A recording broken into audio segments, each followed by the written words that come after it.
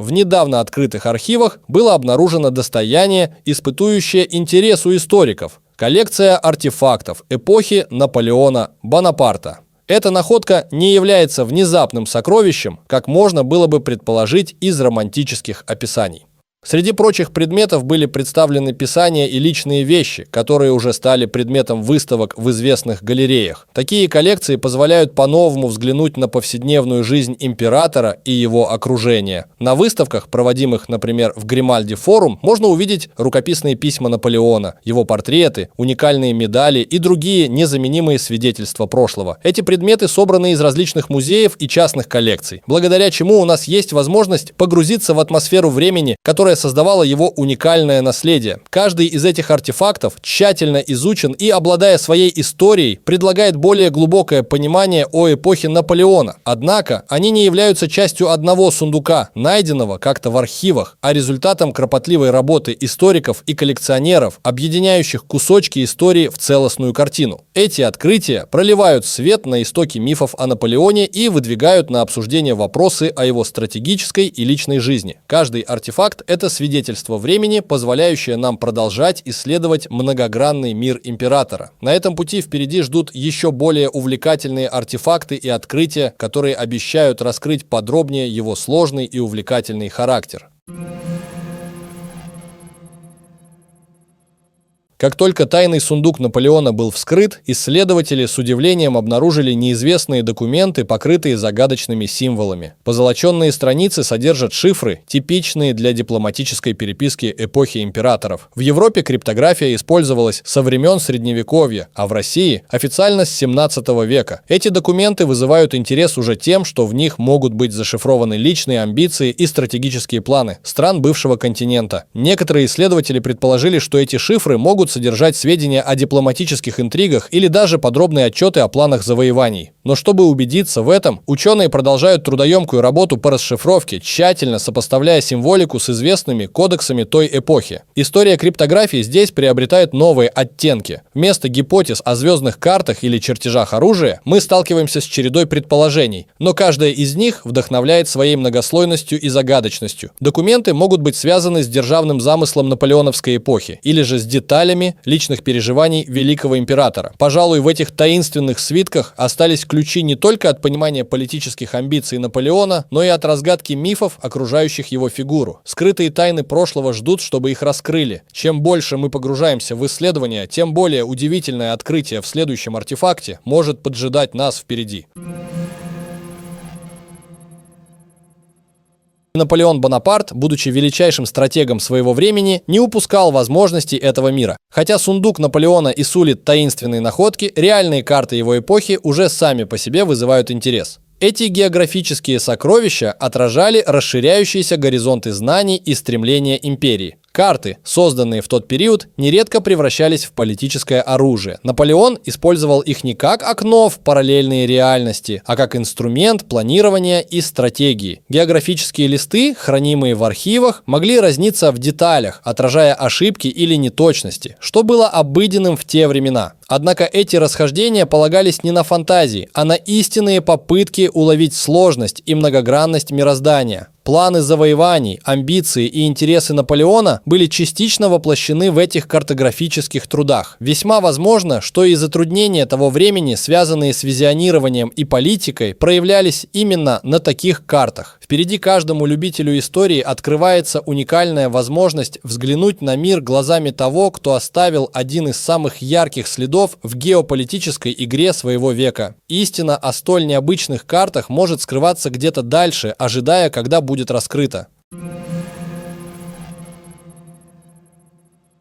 Среди находок в сундуке Наполеона одна из самых поразительных – это внимание к технологиям своего времени. Хотя сам сундук не содержал сложных устройств, как полководец, он использовал достижения инженерного искусства. Одно из интересных событий того времени – встреча Наполеона с шахматным автоматом, известным как турок, который вызвал бурю обсуждений и удивления. Это устройство наглядно демонстрировало сложность инженерной мысли начала XIX века и интриговало не меньше, чем военные стратегии. Действительно, во времена Наполеона технологии активно активно использовались в военном деле. Например, французская артиллерия, основанная на новейших разработках, часто служила ключевым элементом его побед. Известно, что в военных кампаниях он полагался на фортификационные сооружения и мобилизацию ресурсов, что существенно обеспечивало его успехи. Хотя в сундуке и не оказалось механизмов с пружинами, сама эпоха была насыщена техническими новинками, которые не могли не заинтересовать такого лидера, как Наполеон. Пружины и шестеренки шумели не в его сундуке, а на полях сражений и в мастерских изобретателей. Все это создавало атмосферу эпохи, где инженерное искусство переплеталось с военной наукой. А за каждым таким шагом следовали последствия, изменяющие ход истории. Разгадывание потребностей и возможностей той эпохи открывает нам путь к более глубокому пониманию исторического контекста, в котором жил и правил Наполеон.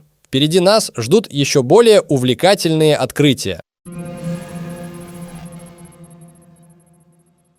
Наши исследования вскрыли удивительные детали стратегических замыслов Наполеона, которые ошеломляют своим размахом. Несмотря на зачастую официальный характер его реформ, некоторые моменты его деятельности все еще вызывают споры. Наполеон действительно оставил свой след в административных и правовых реформах. Например, Кодекс Наполеона, который был задуман в первые годы XIX века, произвел революцию в правовой системе, унифицировав законы по всей империи. Он не только внедрил эту систему на завоеванных территориях, но и смело изменил подход к образованию путем создания лицеев, учрежденных в начале XVIII века. Такой грандиозный подход демонстрирует, как стремление Наполеона к единству и контролю не знало границ. Мало кто мог поспорить с его решимостью и замыслами, которые многим казались дерзкими. О его связях с другими государствами известно достаточно, но вопрос об истинной глубине его дипломатических замыслов все еще остается загадкой. Известно, что Наполеон мастерски манипулировал дипломатическими отношениями, строя союзы и расщепляя вражеские коалиции. Возможно, не все аспекты его стратегии были предназначены для публичного обсуждения, но даже в официальной документации можно найти следы хитроумных маневров. Его подход к власти был многогранным и властным, о чем свидетельствует стремление всегда иметь козырь в рукаве. Давайте взглянем на то, как такие действия и амбиции укрепляли его позиции. Погружение в более глубокие аспекты его правления раскрывает захватывающую мозаику эпохи, в которую наполеоновские идеи интегрировались в самую ткань общества, создавая непоколебимую основу для будущих поколений. Нам предстоит открыть новые горизонты, связанные с невероятной эпохой этого великого лидера, где дальнейшие исследования обещают не менее увлекательные открытия.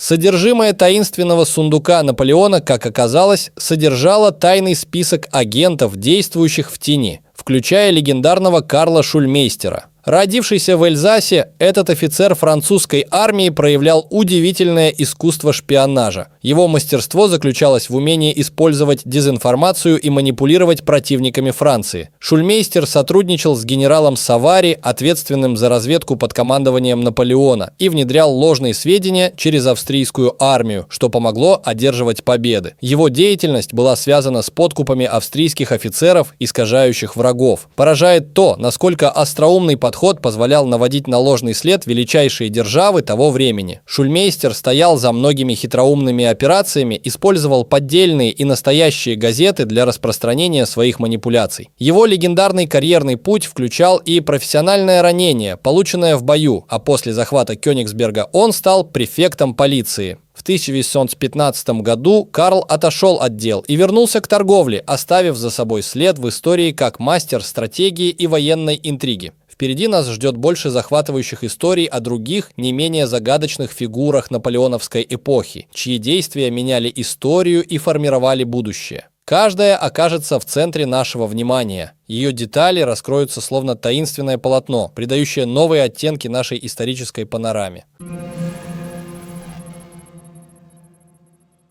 Существует множество мифов и легенд, окружающих личность Наполеона Бонапарта. Один из самых известных из которых – это его якобы маленький рост. На самом деле, его рост составлял около 5 футов 6 дюймов, что примерно соответствует 1 метру 70 сантиметрам. В начале 19 века такой рост считался средним. Путаница с ростом возникла из-за различий во французских и современных дюймах, а также из-за политических карикатур, в которых Наполеона намеренно специально изображали маленьким и смешным. Та же участь постигла и прозвище «маленький капрал», которое на самом деле было проявлением уважения солдат к молодому, но талантливому командиру. Но это далеко не все. Вокруг фигуры Бонапарта ходили слухи о мистической силе, которая якобы стояла за его победами и возвышением. Эти истории, хоть и интригуют, появляются исключительно в легендах и не имеют исторических подтверждений. Такие мифы использовались и противниками Наполеона, и его сторонниками, чтобы создать некий магический ореол вокруг императора. Важно понимать, что подобные мифы возникали в контексте своеобразного времени, когда яркие фигуры и выдающиеся достижения нуждались в героическом или мистическом антураже. Все эти легенды помогали формировать определенный образ в общественном сознании и влияли на исторический нарратив. Продолжая наше исследование, мы вскроем еще больше интересных фактов, скрывающихся за мифами эпохи, и расставим акценты в отношениях между реальными событиями и мифологией вокруг такой выдающейся личности, как Наполеон. Современные ученые, погруженные в изучение эпохи Наполеона, активно исследуют находки, ассоциируемые с его именем, хотя конкретный сундук Наполеона остается больше легендой, чем фактом. В научных кругах предметами изучения становятся артефакты и документы, собранные на полях сражений, в оставшихся архивах или даже в военных трофейных кладах того времени. Но их истинное значение часто остается предметом бурных дискуссий. Для прояснения всех тайн эксперты применяют передовые методы, такие как ультрафиолетовое сканирование и рентгенография, позволяющие выявить скрытые слои информации на древних документах. Трехмерная реконструкция помогает восстанавливать мебель или утварь, некогда принадлежавшие императору. Это позволяет представить полноту исторической картины и оценить глубину влияния тех или иных находок на его время. Специалисты разных областей, от историков до экспертов по древним шифрам, активно сотрудничают. Например, криптографы занимаются дешифровкой сложных шифров, встречающихся в переписке Наполеона, распространяя свои открытия на стратагемы той эпохи. Каждый новый разгаданный код ставит перед ними новый вопрос. Действительно ли за этими, на первый взгляд, простыми документами стоят глубокие стратегические замыслы? К сожалению, есть еще большее количество мифов и предположений, которые зачастую искажают правду. Почти каждый текст и каждый артефакт представляет собой пазл, который необходимо соединить с историческими фактами для создания целостной и правдоподобной картины. Это не только позволяет укрепить наше понимание наполеоновской эпохи, но и проливает дополнительный свет на дальнейшие пути изучения истории, чтобы поведать о прошлом без домыслов. Ученые только начинают раскрывать все возможности нового века исследований, и неизвестное еще ждет своего открытия. Многие мифы и легенды окружают личность Наполеона Бонапарта, но стоит обратить внимание на реальные факты и исторические артефакты. Одним из самых удивительных аспектов жизни императора была его передвижная библиотека, которая насчитывала порядка 3000 томов. Эти книги сопровождали Наполеона в походах и находились в 30 ящиках, словно его личный сундук знаний. В них содержались работы по географии, религии и поэзии, области, в которых он стремился черпать вдохновение и информацию. Наполеон был известен не мистификацией, а своим умением использовать науку и искусство в политических и военных целях. Его дипломатические маневры и стратегические ходы основывались на тщательно подготовленных архивных данных. Вместо тайных сундуков его дипломатические документы хранились в строго организованных архивах, обеспечивая каждому шагу обоснованность. Когда мы говорим о шпионаже той эпохи, мы не полагаемся на спекуляции, а на факты. Да, для ведения разведывательных операций привлекались определенные люди, но ни один исторический источник не подтверждает использование сундуков как хранилищ для тайных шпионских инструкций. Вместо множества теорий заговора перед нами простота и точность исторических документов, таких как корона с лавровым листом и богатая коллекция артефактов, входящих в экспозиции европейских музеев. Останки Наполеона, перевезенные из Святой Елены, ныне покоятся в доме инвалидов, олицетворяя конец его исторического пути. Во времена, когда легенды и мифы легко могли затмить реальность, важно основываться на проверенных данных и документальных источниках. Именно это позволяет нам разглядывать Наполеона не через призму вымысла, а через объектив исторической истины. В следующем этапе нашего исследования мы еще более детально проникнем в факты, связанные с контекстом его правления.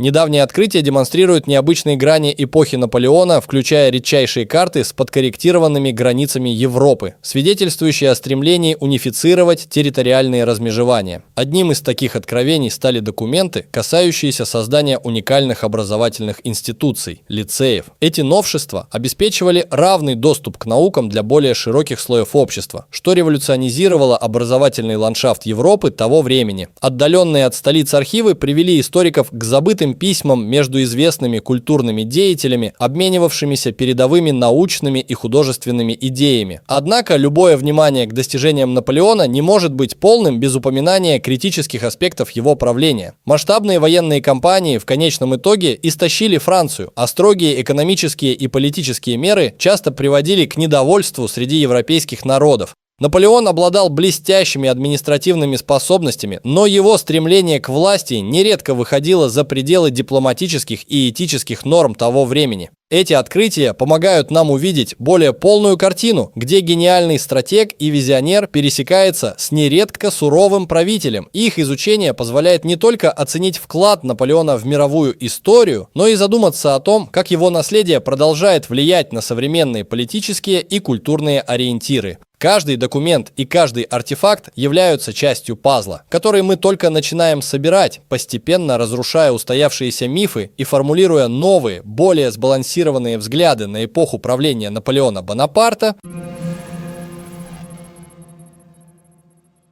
Ожидание от будущих исследований наполеоновской эпохи вызывает искренний интерес, поскольку остается много вопросов без ответа. Например, кто бы мог подумать, что небольшая армия Наполеона могла быть так сильно ослаблена болезнями? Исследования выявили, что патогенные организмы, найденные в останках солдат, вероятно, сыграли ключевую роль в гибели войска. Это открытие проливает свет на ранее неизвестные обстоятельства военной истории. Новейшие технологии, такие как сканирование древних документов, предлагают еще больше способов раскрывать прошлое. Современные возможности позволяют восстановить даже самые скрытые детали переписки и стратегий, применяемых империей. Само понимание того, как эти инновации работают, открывает перед историками огромные горизонты. Несмотря на отсутствие подтвержденных проектов, объединяющих археологов и историков в международном масштабе для изучения наполеоновской эпохи, такие идеи вдохновляют научное сообщество продолжать поиски. Незримые грани прошлого всегда манят, и даже простые находки могут приобрести огромное значение, предлагая новые интерпретации событий. Таким образом, хотя в настоящий момент нет точных свидетельств о новых масштабных археологических раскопках или проектах, связанных с Наполеоном, важно понимать, что исторические исследования – это процесс множества маленьких шагов, которые ведут к большим открытиям. Возможно, самые интригующие находки и ключи к тайнам прошлого еще только предстоят. История полна загадок, которые ждут, когда их откроют.